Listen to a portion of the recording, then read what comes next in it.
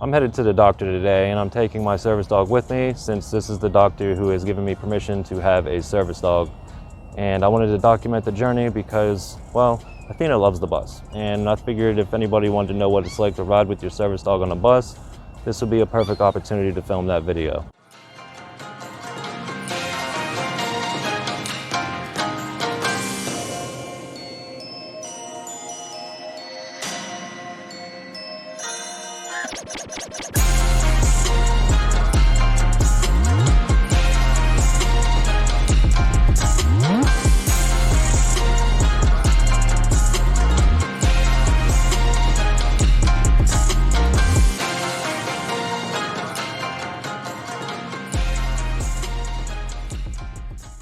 We're here, and she's running a little bit behind, but that's all right. So we're just waiting on her to show up.